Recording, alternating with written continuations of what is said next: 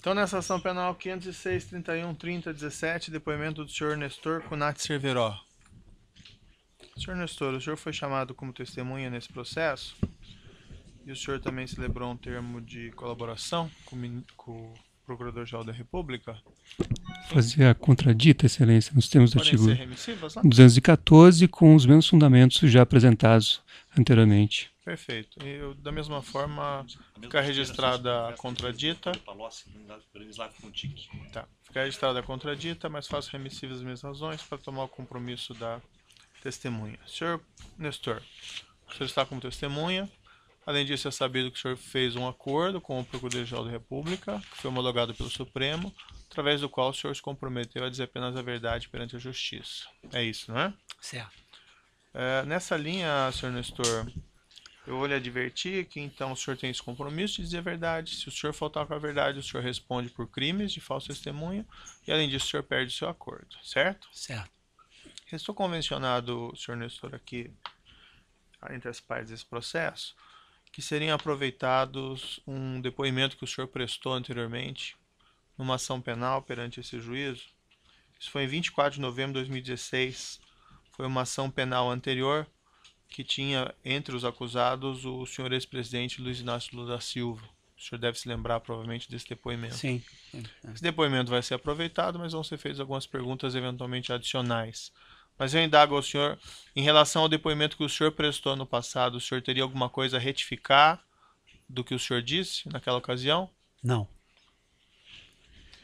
Então, sendo ratificado esse depoimento, eu passo ao Ministério Público para as indagações. Cumprimento, eminente juiz, cumprimentos presentes.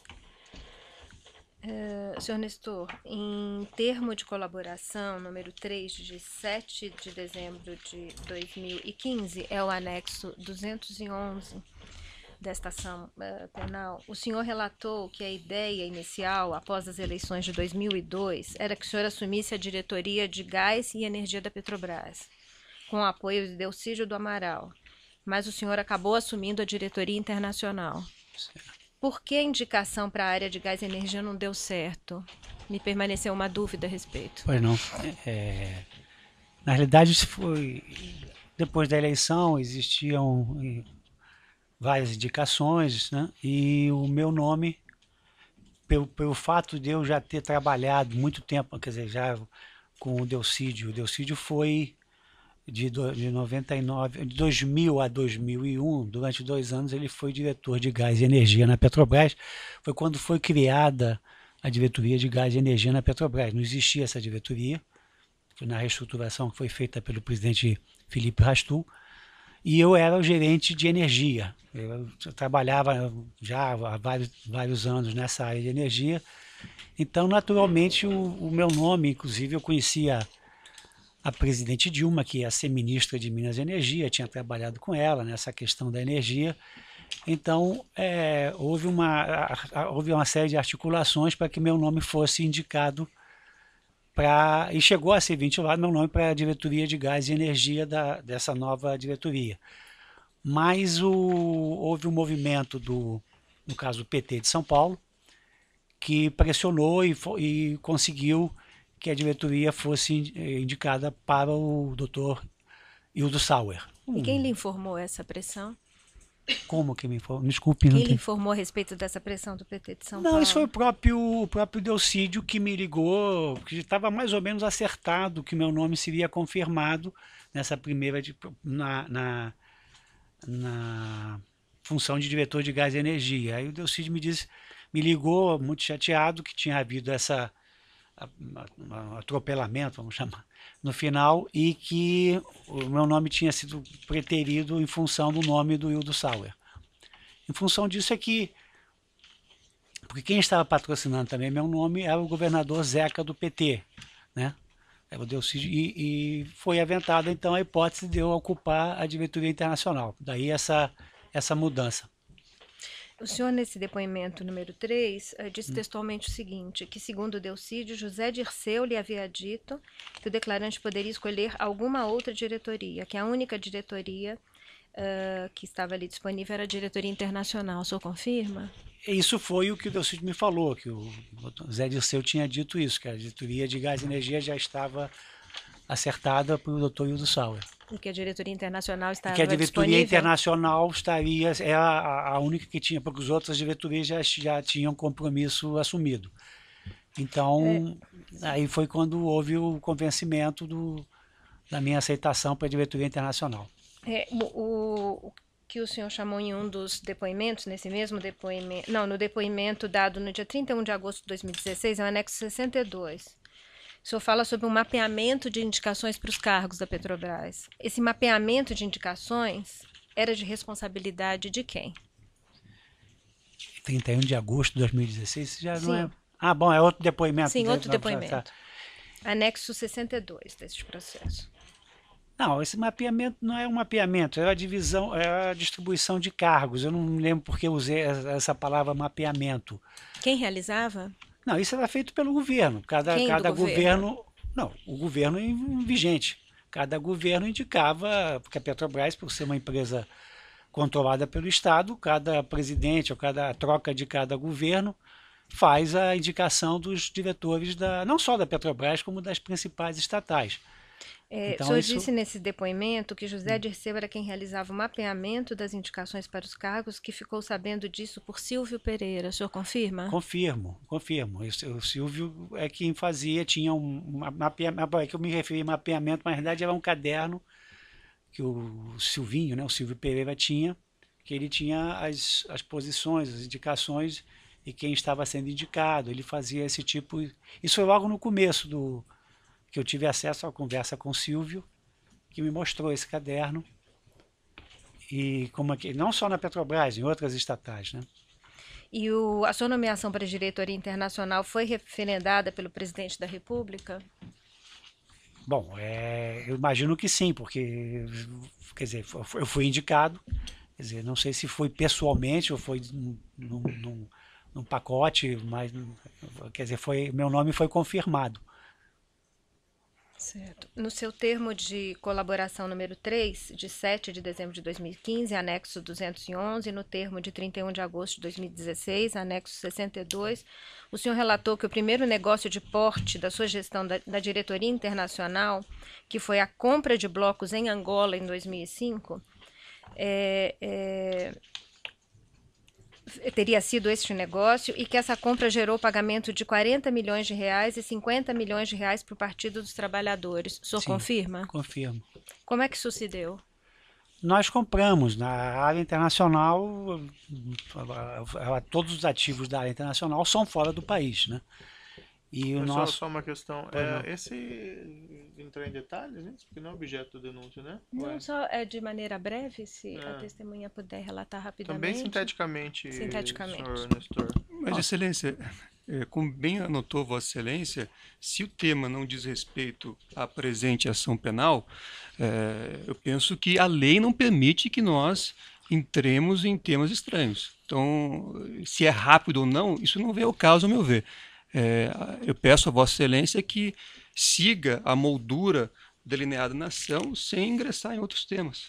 Não, sinteticamente, o senhor pode só confirmar se houve ou não houve repasse nesse caso? A informação que eu tive, nós compramos dentro da nossa expansão internacional. Angola é um local muito visado, muito disputado pelo mercado internacional em termos de produção de petróleo offshore, né, petróleo em águas profundas. E houve um leilão, como aqui no Brasil é feito também, e nós adquirimos uma série de blocos junto com outros sócios, grandes petroleiras internacionais. Depois eu vim a saber pelo presidente da Sonangol, que tínhamos um relacionamento, que tinha havido um pagamento por conta nós gastamos 300 milhões de dólares comprando blocos, uma série de blocos no offshore angolano. O senhor referiu que foi por meio de Antônio Palocci, o senhor confirma? A informação é que o Dr. Palocci teria sido Excelência. Oi. Questão de ordem, Excelência. Não, mas aí tem um contexto porque está referindo ao nome de alguém que é só acusado isso. nesse processo. Mas está né? transbordando os limites da denúncia, Excelência. Gostaria que a deliberação... Não, a denúncia, como já reiterei, Vossa Excelência me permite, a denúncia tem, como já dito aqui, exaustivamente um contexto, né, de apadrinhamento para essas diretorias. Mas o fato narrado aqui é outro, Excelência. Com todo respeito. Não, a forma como as diretorias foram compostas e o esquema montado a respeito, é o contexto da nossa Pode repetir a pergunta, então, doutora? Esse pagamento de propina foi referido como por meio de Antônio Palocci, beneficiado Antônio Palocci? Não, desculpe, eu não, a minha declaração não foi que o beneficiado foi o Dr. Palocci, eu disse que eu tive a informação na época presidente, que daquele montante que nós pagamos, que a Petrobras pagou de 300 milhões de dólares, de 30 a 40 milhões de reais, teriam revertido para o apoio ao político do Partido do PT. E que dito pelo Manuel Vicente, que era o presidente da época da Sonangol, que é a empresa estatal angolana, o intermediário, mas não em benefício dele, o intermediário em relação ao partido teria sido o Dr. Palocci. Certo. No seu termo de colaboração 3 e no termo de 31 de agosto, aqui já referido, o senhor relata que no final de 2007 houve uma movimentação da bancada do PMDB na Câmara para retirá-lo do cargo. Sim. O senhor também relata que tentou se manter no cargo buscando a ajuda de Fernando Baiano, que pediu ajuda para José Carlos Bonlai. O senhor pode descrever como isso aconteceu? Na verdade, eu não pedi ajuda ao Fernando Soares. O Fernando Soares trabalhava com a gente e houve uma série de pessoas que se movimentaram para tentar, na linha de impedir a minha substituição na diretoria internacional. E uma dessas pessoas foi o Zé Carlos Bonlai, que se interessou e fez alguns contatos, inclusive com o atual presidente Temer, na época era deputado, eu cito isso no meu depoimento, no sentido de tentar reverter essa indicação, ou pelo menos impedir essa indicação, ou que eu fosse mantido no meu cargo. O senhor relata que houve uma reunião com o Michel Temer e o senhor estava acompanhado por Bonlai, é isso? O Bonlai fez o contato com o deputado, na época, deputado Michel Temer, e nós fomos a São Paulo e tivemos uma reunião lá no escritório do Dr. Michel Temer, no qual estava presente na época deputado do PT João Paulo Cunha, e eu expus a situação. O Dr. Michel foi muito gentil, mas que ele me deu a informação que ele não podia ir de encontro ao desejo da bancada do PMDB de Minas, particularmente, que estava fazendo muita pressão para ocupar esse cargo. Isso, inclusive, desculpe, doutora, mas isso o próprio presidente Michel Temer confirmou esse encontro em declaração. Ele nega que tenha havido esse negócio, mas o encontro realmente aconteceu. Nega que tenha havido o quê? Esse tipo de pedido ou coisa assim. Ele diz que houve, me recebeu no gabinete, mas o assunto foi esse. Só que ele disse que não tinha como reverter essa indicação. Sem mais perguntas. Acende a acusação. As defesas, algum defensor tem perguntas? Sim, excelência. Pela defesa de Luiz Inácio Lula da Silva, boa tarde, senhor Nestor. Eu já fiz essa pergunta anteriormente ao senhor, eu vou refazer agora. Além de ser colaborador aqui no Brasil, o senhor também está negociando ou é colaborador em outro país? Eu vou ter que responder da mesma forma que eu respondi da outra vez. Eu não vou poder responder essa questão. Uma questão de sigilo. Certo. Tá. Eu respeito a orientação, respeito o trabalho do ilustre advogado. Eu só registro, excelência, o protesto da defesa, tendo em vista que, mais uma vez, Vossa Excelência compromissou, né, a testemunha, e a testemunha não pode se negar a depor sobre fatos que lhes são perguntados. Então, gostaria de ouvir... A orientação do advogado é essa? É essa. Tá. Doutora, na mesma forma como nós colocamos ontem, se existe algum acordo é com outra jurisdição, e nós não sabemos os reflexos jurídicos e o que eventualmente foi acordado, se é que existe um acordo, e de fato não tem relevância aqui para o objeto do julgamento. Então, com todo respeito, fica indeferida essa linha de indagação, certo?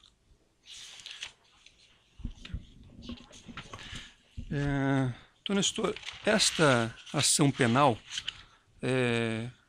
trata especificamente de 2 imóveis. Um situado na rua Haberbeck Brandão, 178, em São Paulo, e outro situado na Avenida Francisco Prestes Maia, 1501, São Bernardo do Campo. O senhor sabe alguma coisa em relação a esses imóveis? Não tenho nenhuma informação quanto a isso. Não sabe nada sobre Não. isso? Certo.